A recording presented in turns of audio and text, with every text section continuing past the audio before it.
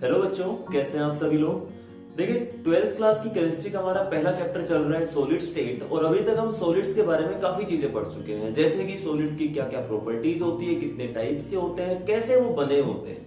हमने unit sales के बारे में पढ़ा, यूनिट सेल की टाइप्स के बारे में पढ़ा कि सिंपल क्यूबिक यूनिट सेल होती है, इसके बाद face centred cubic unit cell होती है और body centred cubic unit cell होती है। और इन्हीं 3 क्यूबिक यूनिट सेल्स के बारे में इस चैप्टर के अंदर पढ़ना है। और हमें देखो, नेक्स्ट टॉपिक जो हमें स्टार्ट करना है वो है हमारा क्या, पैकिंग फ्रैक्शन और पैकिंग एफिशिएंसी। पैकिंग फ्रैक्शन क्या होता है, हम बोलते हैं कि एक टोटल आपका जो रूम है उसको मैं एक यूनिट सेल मान के चल रहा हूं। अब आगे जब भी यूनिट सेल की बात करो, आप इस तरह विजुलाइज करना कि आपका रूम जो है वो एक यूनिट सेल है। और एक चीज और इस साथ साथ मान लेना कि आपका रूम जो है वो क्यूबिक है, क्योंकि जितने यूनिट सेल पढ़ने वाले हो कैसी पढ़ने वाले हैं, क्यूबिक यूनिट सेल पढ़ने वाले हैं। तो क्यूबिक यूनिट सेल जो है उनके अंदर क्या रहता है, तीनों एजिज जो रहती है वो इक्वल रहती है। तो या तो आप ऐसे रूम में बैठ जाए जिसकी जो तीनों एजेस है लगभग इक्वल है एक दूसरे से, या फिर आप मान ले कि जिस रूम में आप बैठे हुए हैं वो कैसा है, वो क्यूबिक रूम है, यानी इसकी लंबाई चौड़ाई ऊंचाई जो आपस में कैसी है वो सेम है। ठीक है, इसके बाद हमें क्या करना है कि इस रूम के अंदर हमें एटम्स को पैक करना है। कैसे पैक करेंगे, हमें बताया जाएगा कि सिंपल क्यूबिक की तरह पैक करना है, फेस सेंटर्ड तरह पैक करना है, या फिर बॉडी सेंटर्ड तरह पैक करना है। और उसके हिसाब से हम पैकिंग करने के बाद हमें यह देखना है कि इस पूरे रूम में एटम्स किस तरह पैक हुए हैं और कितना स्पेस उसके अंदर खाली बचा हुआ है। अब यहां से जब बात कर रहे हैं हम पैकिंग फ्रैक्शन या पैकिंग एफिशिएंसी की, तो यहां से क्या निकल के आता है भाई, पैकिंग फ्रैक्शन जो होता है उसकी डेफिनेशन क्या होता है, उसका मतलब क्या होता है, इस पूरे रूम में कितना पार्ट पैक हो चुका है और कितना पार्ट खाली है। ये दो चीजें हम लेके चल रहे हैं। जितना पार्ट पैक हो चुका है, जितने पार्ट के अंदर एटम्स आ रहे हैं, उतने पार्ट को हम क्या बोल रहे हैं कि वो जो पार्ट है वो पैक्ड है, और जो बाकी जगह है वो कैसी, वो खाली है। तो इन दोनों के लिए हम दो अलग अलग टर्म्स यूज कर रहे हैं। जितना फ्रैक्शन इस रूम का पैक हो गया उसको बोल रहे हैं पैकिंग फ्रैक्शन, और जितना पार्ट खाली बचा हुआ है उसको बोलते हैं वैकेंसी फ्रैक्शन या फिर वॉइड फ्रैक्शन।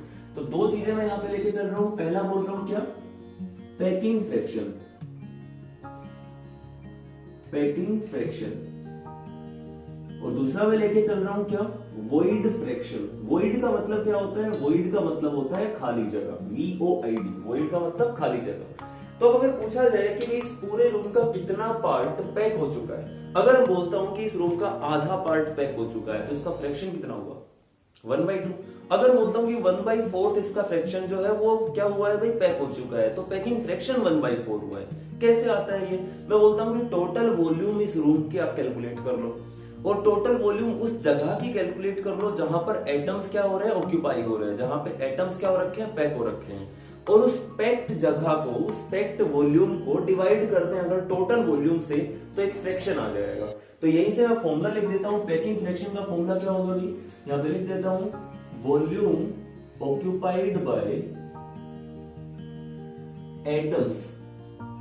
एक यूनिट सेल के अंदर हम क्या फिल करते हैं, एटम्स फिल करते हैं। तो volume occupied by atoms per unit cell, per unit cell upon total volume of that unit cell. उस यूनिट सेल की टोटल वॉल्यूम जो रहेगी उसको नीचे ले लेंगे। एक टर्म और भी कई बार यूज की जाती है, परसेंटेज पैकिंग एफिशिएंसी या फिर परसेंटेज पैकिंग फ्रैक्शन। तो इसमें हम क्या करते हैं, यहां पे मैं लिख देता हूं परसेंटेज पैकिंग एफिशिएंसी। अगर इस फ्रैक्शन को, पैकिंग फ्रैक्शन को 100 से मल्टीप्लाई कर दिया जाए तो जो फ्रैक्शन जो रहेगा वो परसेंटेज में कन्वर्ट हो जाएगा। ठीक है, उसी को क्या बोलते हैं, परसेंटेज पैकिंग एफिशिएंसी। अगर आपको पैकिंग फ्रैक्शन क्लियर हो गया है तो वहां से परसेंटेज पैकिंग एफिशिएंसी भी क्लियर हो जाएगी। और तीसरी चीज हम बात कर रहे थे, वॉइड फ्रैक्शन। वॉइड फ्रैक्शन मतलब खाली जगह कितनी है, तो यहां पे लिखूंगा मैं 1 माइनस पैकिंग फ्रैक्शन। अगर मैं बोलता हूं कि एक रूम का 1/2 पार्ट जो है वो पैक्ड है, तो खाली पार्ट कितना है, खाली 1/2 है। कैसे आएगा, 1 में से जो पैक्ड था वो माइनस कर दिया। अगर मैं बोल रहा हूं कि पैकिंग फ्रैक्शन जो 1/4 है, यानी 1/4 पार्ट के अंदर क्या हुआ है, एटम्स पैक हो रखे हैं, तो खाली जगह कितनी है, खाली कितनी होगी, 1 में से 1 - 4 को क्या कर देंगे, माइनस कर देंगे, कितना आ जाएगा, 3/4 आ जाएगा। तो ये दोनों चीजें जो है आपस में जुड़ी हुई है, इसको और इसको, पैकिंग फ्रैक्शन को और खाली जगह के फ्रैक्शन को अगर आप ऐड कर दोगे टोटल कितना आ जाएगा, 1 आ जाएगा। तो इस तरह से आपको एक ये जो टर्म है ये पता होनी चाहिए कि पैकिंग फ्रैक्शन होता क्या है। फटाफट से इन तीनों चीजों को आप नोट कर लीजिए। तो ये हो गया देखो हम स्टार्ट करते हैं कि पैकिंग फ्रैक्शन जो है कैसे कैलकुलेट किया जाता है। हमें पता है कि हमें तीन तरह की यूनिट सेल्स के बारे में पढ़ना है, simple cubic, body centred, face centred.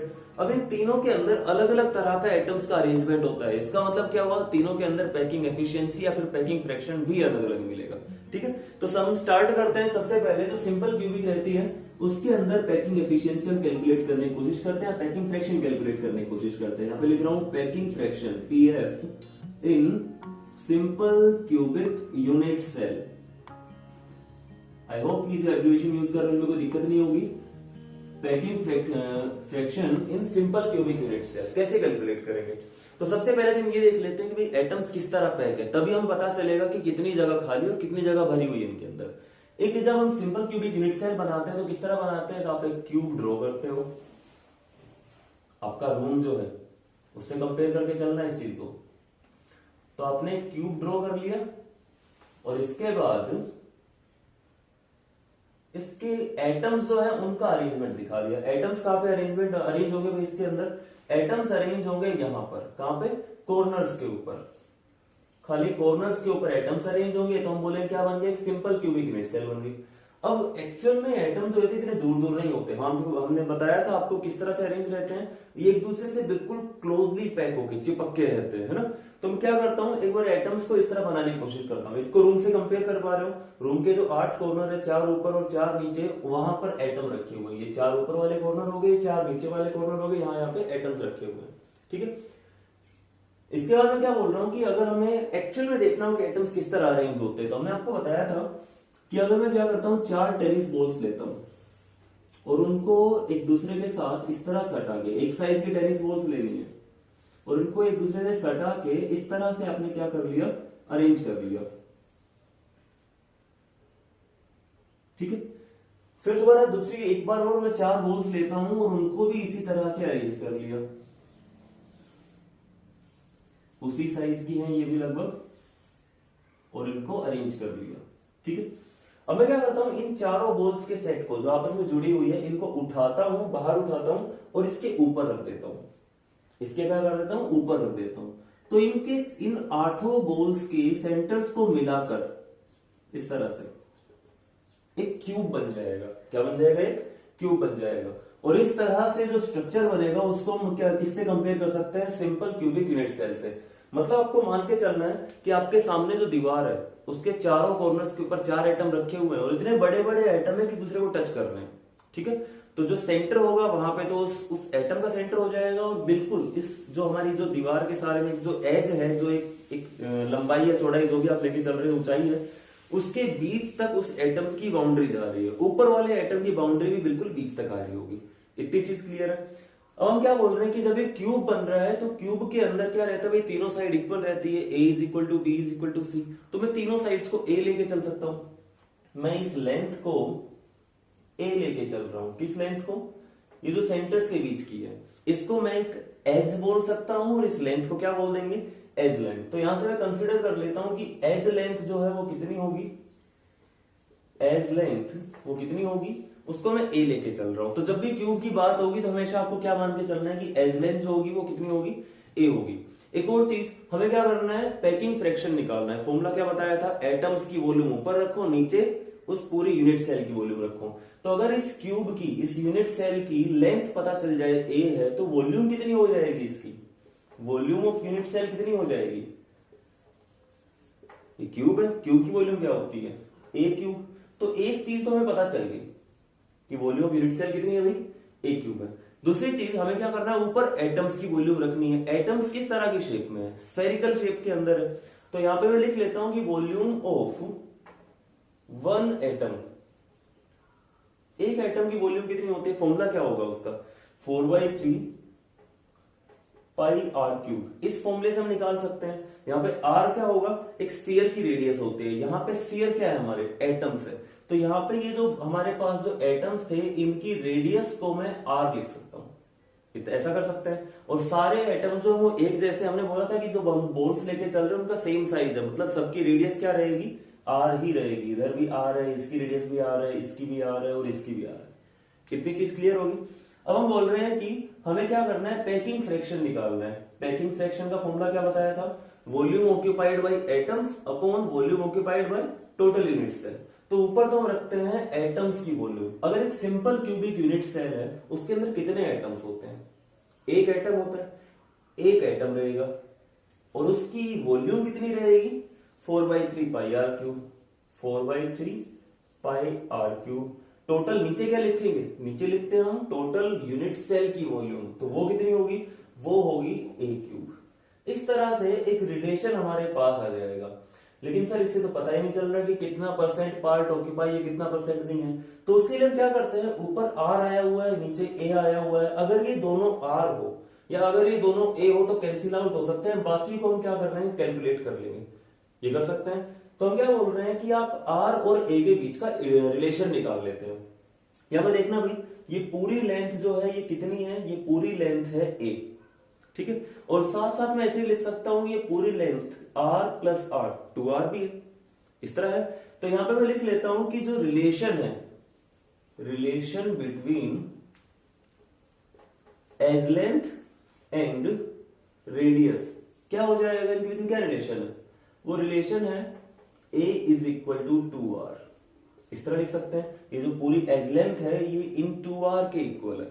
इसका मतलब क्या हो गया, मैं a की जगह पे 2r रख सकता हूं या r की जगह पे क्या रख सकता हूं, a/2 रख सकता हूं। तो मैं a की जगह पे 2r रख लेता हूं। यहां से हम कैलकुलेट कर रहे हैं 4/3 पाई की जगह पे लिख लेता हूं मैं 22/7, ठीक है। ऊपर है r क्यूब और नीचे है a की जगह पे क्या लिखोगे, 2r। इस सारे का क्यूब, इस सारे का क्यूब क्या बन जाएगा, 8r क्यूब। r क्यूब से r क्यूब कैंसिल, और बाकी इस पूरी को हम क्या कर लेते हैं, सोल्व कर लेते हैं। 4 से 8 को कैंसिल कर लिया, 2 से कैंसिल कर लिया इसको, और 11/21 आ जाएगा। जब इसको सोल्व करोगे तो कितनी वैल्यू आएगी, 0.524 आ जाएगी। आप कैलकुलेट करके देख सकते हैं, आपके पास टाइम होगा। तो हम क्या बोलते हैं कि जो पैकिंग फ्रैक्शन आता है वो कितना आता है, वो आता है 0.524। अगर पैकिंग एफिशिएंसी पूछी जाए तो कितनी आएगी भाई, पैकिंग एफिशिएंसी हो जाएगी, इसको 100 से मल्टीप्लाई करेंगे, कितनी हो जाएगी, 52.4%।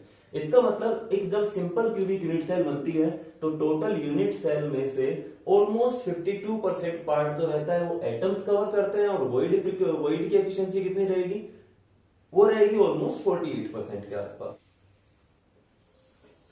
इसके बाद हम क्या करते हैं भाई, जो हमारी नेक्स्ट टाइप की यूनिट सेल है, फेस सेंटर्ड लेके चलते हैं, और फेस सेंटर्ड के अंदर भी पैकिंग फ्रैक्शन या फिर पैकिंग एफिशिएंसी कैलकुलेट करने की कोशिश करते हैं।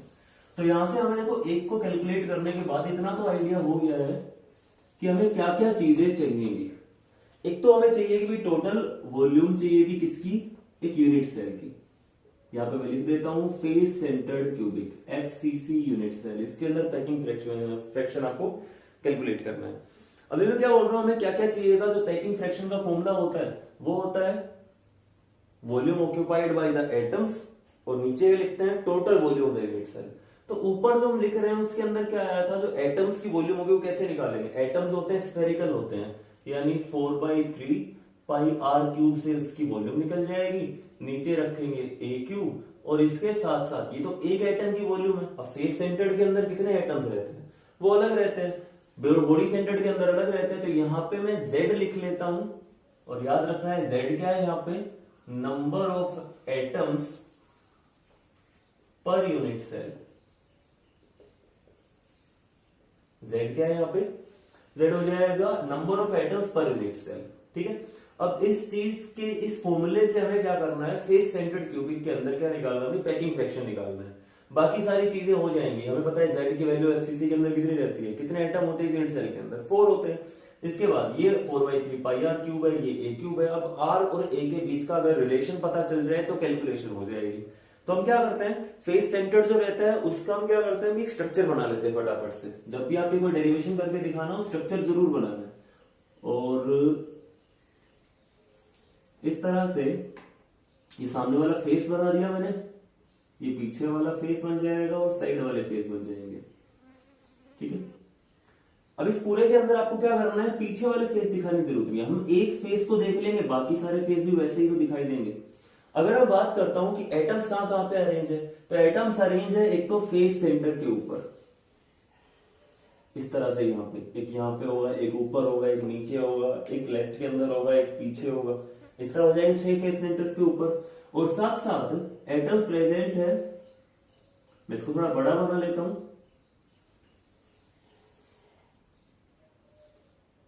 साथ साथ एटम्स प्रेजेंट है कहां पर, कॉर्नर्स के ऊपर। भाई कॉर्नर के ऊपर तो एटम होंगे ही होंगे, ठीक है। अब एटम जो रहेंगे वो इस तरह से अरेंज रहेंगे, है कि नहीं। एक एटम जो रहेगा वो इधर कॉर्नर पे रहेगा, लेकिन पूरा का पूरा इस यूनिट सेल में नहीं आ रहा है, वो कहां आ रहा है, बाकी यूनिट सेल्स के अंदर भी आ रहा है। इस यूनिट सेल में तो इसका 1/8 पार्ट आ रहा है, इस एटम का भी 1/8 पार्ट इसके अंदर आ रहा है, इस एटम का भी 1/8 पार्ट, इसका भी 1/8 पार्ट। इस एटम का कितना पार्ट आ रहा है, एक फेस सेंटर के ऊपर जब एटम रहता है तो उसका कॉन्ट्रीब्यूशन रहता है 1/2। एक चीज तो ये, ठीक है। यहां से हम कैलकुलेट कर सकते हैं नंबर ऑफ एटम्स कितने होंगे, वो चीज हो जाएगी क्लियर। इसके बाद हमें क्या करना है भाई, आर और ए के बीच का रिलेशन देखना है। हमने स्ट्रक्चर बनाया है, क्यों है, हमने स्ट्रक्चर बनाया है आर और ए के बीच का रिलेशन देखने के लिए, ठीक है। ये मैंने इन सभी एटम्स के सेंटर्स को इंडिकेट कर दिया है। अब मैं बोल रहा हूं कि इसकी एज लेंथ क्या होगी। एज लेंथ तो आपको हमेशा ही कितनी मान के चलनी है, ए मान के चलनी है। एक क्यूब है, इसकी सारी साइड क्या रहेंगी, ए के इक्वल रहेंगी। तो एक चीज तो ये होगी कि एज लेंथ जो है वो क्या है, ए है, तो total volume of unit cell कितनी हो जाएगी, ए क्यूब हो जाएगी। मान लेते हैं कि जो एटम्स है उन एटम्स की रेडियस कितनी है, वो रेडियस है आर। ये जो डिस्टेंस है ये कितनी हो जाएगी, आर हो जाएगी। ये भी कितनी हो जाएगी, आर हो जाएगी, ठीक है। इसी तरह ये जो एटम होगा इसकी जो रेडियस है वो भी कितनी है, वो भी आर है। इतनी चीज क्लियर है। अब हम बोल रहे हैं कि आर और ए के बीच में क्या ये रिलेशन है, मैं लिख सकता हूं ए इज इक्वल टू 2r। क्या मैं लिख सकता हूं यहां पे, क्या ए इज इक्वल टू 2r लिखा जा सकता है इस केस में, नहीं लिखा जा सकता। क्यों नहीं लिखा जा सकता, क्योंकि r तो इतनी डिस्टेंस है, ये r है इतनी डिस्टेंस, तो 2r तो खाली इतने की इक्वल है, बीच की जगह और बच गई। तो a और जो 2r है वो आपस में अब की बार इक्वल नहीं है। तो अब की बार रिलेशन कैसे निकालेंगे, ध्यान रखना रिलेशन हमेशा इस तरह से निकाला जाता है, उस एज से निकाला जाता है जहां पर एटम सारे आपस में टच कर रहे होते हैं।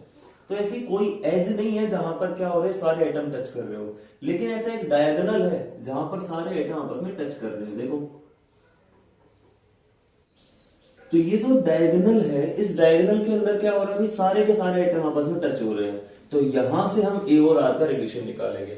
जब भी किसी जगह पे आपको कोई ए और आर का रिलेशन निकालने को बोले तो आपको कहां से ए और आर का रिलेशन निकालना है, जहां पे एटम्स आपस में टच हो रहे हो।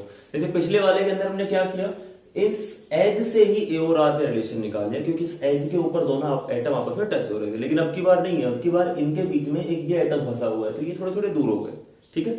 लेकिन ये जो डायगोनल हमने बताया इसके अंदर क्या है, इसके अंदर हमें मिला है कि सारे एटम आपस में टच हो रहे हैं। अब इसकी लेंथ कैसे निकालेंगे, इस अगर BC की लेंथ अगर आप कैलकुलेट कर पाओ तो वो कैसे कैलकुलेट होगी, पाइथागोरस थ्योरम से। कैसे कैलकुलेट करते हैं, AB square plus AC square. यहां से कैलकुलेट करते हैं, AB जो है वो एज लेंथ है A स्क्वायर प्लस AC भी एक एज लेंथ है A स्क्वायर। कितना बन गया, 2A स्क्वायर सारे का अंडर रूट। तो जो हमारा डायगोनल था BC उसकी वैल्यू कितनी आ जाती है, √2a उसकी वैल्यू आ जाती है। और अगर हम BC की बात करूं कि भाई इसको अगर R की टर्म्स में लिखना हो तो कैसे लिखेंगे, तो ये जो वैल्यू है ये भी R है, इधर R है, ये भी R है और ये भी R है। तो इस BC की टोटल लेंथ R के टर्म्स में क्या हो जाएगी, यहां से मैं लिख सकता हूं दूसरी equation BC is equal to 4R। तो इन दोनों को इक्वल कर देता हूं, A और R बीच में रिलेशन आ जाएगा। मैं लिख सकता हूं √2a is equal to 4R। A की वैल्यू क्या आ जाएगी भाई, √2 से डिवाइड कर दूंगा, 4R बाई √2। इस तरह लिख सकते हैं। अब सर इसको कैसे कैलकुलेट करें, इसको कैलकुलेट करने का तरीका ये है, मैं इस तरह लिख लेता हूं, 4 को लिखता हूं 2 इंटू 2, और एक 2 को मैं पूरा 2 ना लिख के इस तरह लिख लेता हूं। जो मेडिकल वाले बच्चे हैं वो एक बार ध्यान से देख ले, अगर उनको थोड़ी सी भी दिक्कत हुई अभी तो बाद में उनके लिए महंगी पड़ सकती है वो चीज। इस तरह लिख सकता हूं मैं, तो √2 से एक √2 कैंसिल हो गया, 4 को मैंने लिखा 2 इंटू 2 और एक 2 को फिर दोबारा तोड़ दिया, √2 इंटू √2, ये कैंसिल हो गया। तो यहां से जो रिलेशन आया है वो क्या आया है, रिलेशन आ गया a is equal to 2√2r। अब की बार रिलेशन क्या आया, a और r के बीच का, ये आ गया। अब इस फॉर्मूले के अंदर वैल्यू पुट करनी है और कैलकुलेशन करनी है, बाकी कुछ नहीं बचा है इसके अंदर। इतना हो जाएगा। फटाफट से रिलेशन को देख लो, अगर इसमें कोई डाउट हो तो अभी पूछो।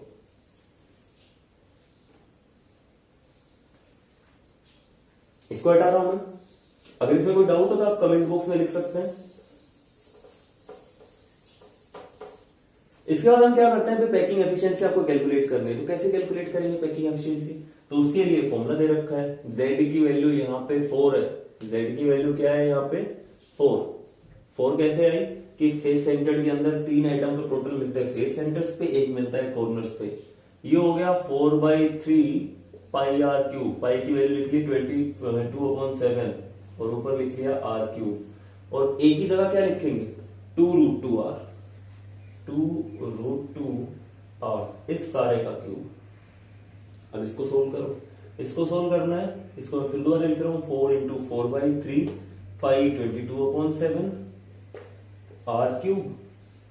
नीचे 2√2 जो है उसका हमें क्यूब करना है। तो 2 का क्यूब क्या हो जाएगा भाई? 2 का क्यूब हो जाएगा 8। और इस √2 का क्यूब क्या हो जाएगा? √2 का हो जाएगा 2√2।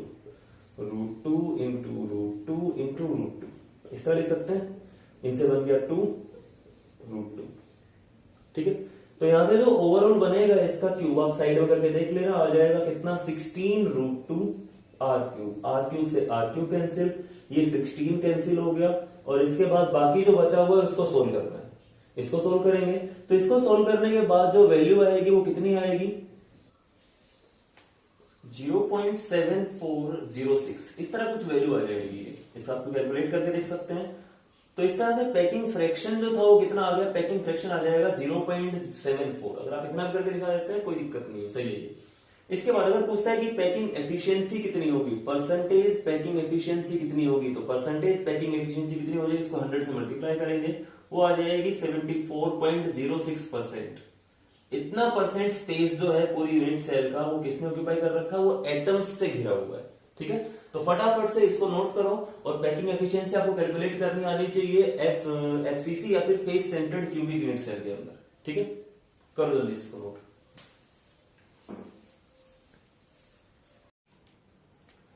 थर्ड और लास्ट है हमारा बीसीसी यूनिट सेल के अंदर पैकिंग फ्रैक्शन कैलकुलेट करना। अब तरीका तो पता चल गया है। तरीका क्या है? तरीका तो ये है, फॉर्मूला लिखते हैं z × 4/3 pi are cube upon a cube. ठीक है। और यहां पर हमें चाहिए क्या होता है? हमें चाहिए होता है ए और आर का रिलेशन। इनका रिलेशन जो है अगर वो पता चल गया तो फिर ये चीज कैलकुलेट करना बहुत आसान है। इतना क्लियर है? तो हमें मेन चीज जो करनी है वो क्या करनी है? बीसीसी के अंदर ए और आर का रिलेशन फाइंड आउट करना है। ये चीज कैलकुलेट करनी है। अगर ये चीज होगी बाकी कैलकुलेशन आपको खुद करनी है, वो मैं नहीं कराऊंगा इस वीडियो के अंदर। और आपको बताना है फिर आंसर क्या होगा उसका। तो देखो हम बीसीसी बनाने की कोशिश करते हैं। बीसीसी के अंदर क्या होता है भाई? एटम्स जो रहते हैं वो एक तो कॉर्नर्स के ऊपर प्रेजेंट रहते हैं और साथ साथ कहां प्रेजेंट रहते हैं? एक एटम प्रेजेंट रहता है कहां पर? बॉडी के सेंटर के ऊपर। ठीक है। पहले मैं ओपन सेल स्ट्रक्चर बना देता हूं। ओपन सेल स्ट्रक्चर किस तरह से बनेगा? वो इस तरह से बनेगा। एटम्स को हमने थोड़ा दूर दूर करके दिखा दिया और एक एटम जो है वो मैं दिखा रहा हूं यहाँ पे, ये बॉडी सेंटर के ऊपर। ठीक है। साइज इनका इक्वल रहेगा। मैंने खाली पोजीशन को दिखाने के लिए इसको अलग से मार्क किया है कि एक जो रहेगा वो बॉडी के सेंटर के ऊपर रहेगा। अब अगर फटाफट अपने रूम को देखो, इसके अंदर एटम्स का अरेंजमेंट इस तरह से सोचो कि 8 कॉर्नर्स के ऊपर एटम रखे हुए हैं और एक जो बॉडी का सेंटर है जो इस कमरे के बिल्कुल बीच की जगह है, फर्श पे नहीं, छत पे नहीं, दीवारों पे नहीं, बिल्कुल बॉडी के बीच के बीचों बीच, इस रूम के बीचों बीच वहां के ऊपर एक एटम रखा हुआ है। अब आपको बताना है कि एक ऐसी लाइन आप ड्रॉ करनी है रूम के अंदर जिससे कि कुछ एटम आपस में सीधे सीधे क्या हो जाए? एक दूसरे से क्लोजली पैक हो जाए। क्योंकि हमने बोला था ए और आर का रिलेशन आपको उस एज से या उस लाइन से आपको निकालना है जहां पर ये सारे के सारे एटम आपस में टच हो रहे हो, बिल्कुल नियरेस्ट नेबर्स हो। ठीक है। नियरेस्ट नेबर जो होते हैं वो कई जगह बोला जाता है। तो नियरेस्ट नेबर का मतलब जहां पे एटम बिल्कुल टच होते रहते हैं आपस में, उनको बोलते हैं नियरेस्ट नेबर। ढूंढो अपने पूरे रूम के अंदर, क्या ये दोनों एटम आपस में टच हो रहे होंगे? नहीं, ये दोनों आपस में टच नहीं हो रहे होंगे। एक चीज तो इसका मतलब आप इस एज के थ्रू नहीं ले सकते। फेस सेंटर के अंदर हमने क्या लिया था? इस फेस के एक कॉर्नर को इस दूसरे से मिलाया था। क्या ये दोनों आपस में टच हो रहे होंगे? तो याद रखना इसमें ये भी आपस में टच नहीं हो रहे होंगे। ठीक है। आप सोच के देखो कि आपका जो दीवार है उस दीवार के ऊपर लेके चलो, एक एटम जो वो ऊपर है, एक एटम नीचे रखा हुआ है एक दीवार के ऊपर। ठीक है। और इन दोनों को आपस में टच करके देखना है, डायगोनली टच करके देखना है। मान लिया ये आपका एक सामने वाली दीवार होगी रूम की, एक एटम यहां रखा हुआ है, एक एटम यहां रखा हुआ है, बीच में एटम नहीं है, थोड़ा बाहर एटम है वो। तो अगर इनको मिलाओगे आप तो ऐसे एक जिगजैग लाइन बन जाएगी, यहाँ पे इसको नहीं लेके चलेंगे। तो हम क्या मान के चलते हैं कि हमारा जो ये जो बॉडी का डायगोनल रहेगा, इस बॉडी के डायगोनल को चेक करते हैं। बॉडी डायगोनल मतलब आपके जैसे आपने क्या कर लिया भाई, जो फर्श है और जो छत है उनके आपको ऑपोजिट कॉर्नर्स को आपस में मिलाना है, ठीक है। जैसे सामने वाली दीवार है तो इसका ये कॉर्नर, इसके सामने अगर एक और दीवार है तो उसका नीचे वाला कॉर्नर, इन दोनों को आपस में मिलाना है। वहां से नीचे आना है, बीच में कहीं पे बॉडी का सेंटर भी पड़ेगा। तो ये जो लेंथ है ये आपको कैलकुलेट करनी है। कैसे कैलकुलेट करेंगे ये लेंथ? आपको बॉडी डायगोनल पता चला कि नहीं पता चला? एक बार बॉडी डायगोनल सोचो अपने मन के अंदर कि बॉडी डायगोनल क्या होता है रूम के अंदर, उसको ढूंढने की कोशिश करो और फिर सोचो कि बॉडी डायगोनल आपको कैलकुलेट करना हो इस रूम का तो कैसे कैलकुलेट करेंगे। तो यहां पे मैं बना लेता हूं, देखो हमें क्या करना है भाई, ये जो बॉडी डायगोनल है इसकी लेंथ को कैलकुलेट करना है। यहां पे बीच में ये एटम मिल जाएगा हमें, कौन सा, जिसको हम बोल रहे हैं क्या, बॉडी सेंटर जिसको हम बोल रहे हैं। तो ये हो गया एक बॉडी का डायगोनल, इसकी लेंथ को कैलकुलेट करना है। कैसे कैलकुलेट करें सर? पाइथागोरस थ्योरम से हम निकाल सकते थे, लेकिन पाइथागोरस थ्योरम लगाए कहां है, ट्रायंगल ही नहीं बन रही है। तो देखो एक ट्रायंगल मैं आपको बना के दे देता हूं, ये एक ट्रायंगल है। अब इसको ये मत सोचना सर कि राइट एंगल ट्रायंगल नहीं है। देखो आपके किसी भी एक कॉर्नर वाली एक दीवार को पकड़ दो, एक कॉर्नर वाली लेंथ को पकड़ दो आप, ठीक है, उससे एक फेस डायगोनल बनाओ और इस फेस डायगोनल को आपस में मिला दो, करके देखो। तो मैंने बोला कि ये आपकी दीवार थी साइड वाली, इसकी ये वाली लेंथ आपने ले ली, ये वाली लेंथ, ठीक है। इसके बाद ये फर्श के बीच का डायगोनल था, ठीक है, और जब इन दोनों को आपस में मिलाया तो बन गया क्या, ये बॉडी डायगोनल, ठीक है। तो ये तो आपकी एक एज है जिसको मैं लिख सकता हूं कि इसकी लेंथ तो है ए। इसकी लेंथ कितनी होगी भाई, क्योंकि ये एक एज है तो इसकी लेंथ होगी ए। ये है फेस डायगोनल। फेस डायगोनल की लेंथ कितनी होती है, अभी पिछले वाले के अंदर कैलकुलेट करी थी हमने, कितनी आती थी वो आई थी √2a। तो इसको पॉइंट को लिखता हूं मैं ए, इस पॉइंट को लिखता हूं बी, इसको लिखता हूं सी। अगर आप चाहे तो यहाँ पे डी भी लिख सकते हैं, सो दैट आप कैलकुलेट कर पाए इस ट्रायंगल के अंदर डीबीसी के अंदर बीसी की जो लेंथ है कितनी आएगी, इसके अंदर बीसी आ जाएगा √2a। ए बी कितना है, A B is equal to A.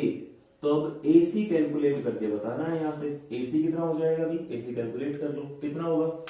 तो हमें बताया कि a b square plus b c square और सारे का अंडर रूट। पाइथागोरस थ्योरम के अकॉर्डिंग क्या होता है, जो हाइपोटेन्यूज होता है वो किसके इक्वल होता है, बेस स्क्वायर, बेस हो गया हमारा बीसी यानी √2a इस सारे का स्क्वायर, ठीक है।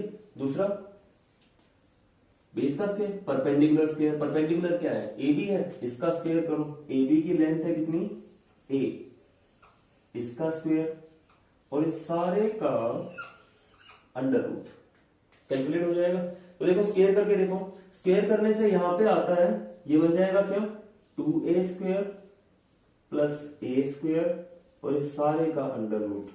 एसी की लेंथ आ गई, तो एसी की लेंथ आ जाएगी अंडर रूट 3a स्क्वायर या फिर √3a, ये लेंथ आ गई।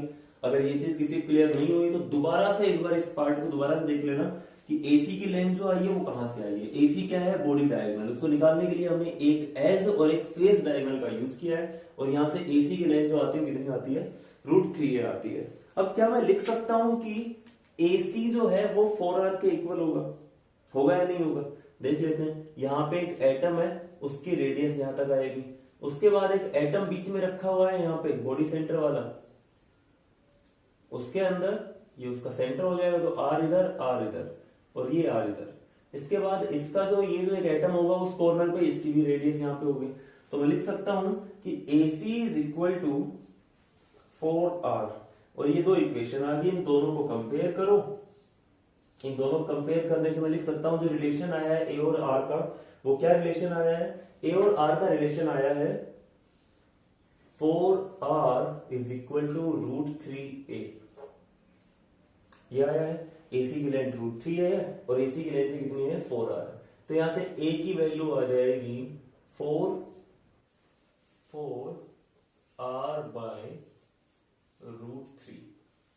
इस रिलेशन को नोट करो और इसके बाद आपका काम ये है कि आपको पैकिंग फ्रैक्शन कैलकुलेट करना है, जिसके अंदर body centred cubic unit cell के अंदर इस फॉर्मूले को यूज करते हुए जेड की वैल्यू क्या हो जाएगी यहाँ पे, जेड की वैल्यू बता देता हूं आपको मैं, जेड की वैल्यू होगी यहाँ पर 2, ए और आर के बीच का रिलेशन ये हो गया। इस फॉर्मूले को यूज करो और इसका जो पैकिंग फ्रैक्शन रहेगा वो आपको कैलकुलेट करना है, ठीक है। तो पैकिंग एफिशिएंसी और पैकिंग फ्रैक्शन कैलकुलेट करने में मेरे हिसाब से कोई दिक्कत नहीं होनी चाहिए। इन तीनों को आपको कम से कम 2-2 बार प्रैक्टिस करना है ताकि ये चीज क्लियर हो जाए। फेस सेंटर और बॉडी सेंटर के अंदर रिलेशन निकालना जो रहता है ये काफी इंपॉर्टेंट रहता है। अगर ये कर लिया तो आपको पैकिंग फ्रैक्शन भी निकालने में कोई दिक्कत नहीं होगी। इतना क्लियर है? तो आज की वीडियो के अंदर फिलहाल इतना ही, मिलते हैं नेक्स्ट वीडियो के अंदर। Thank you, good bye.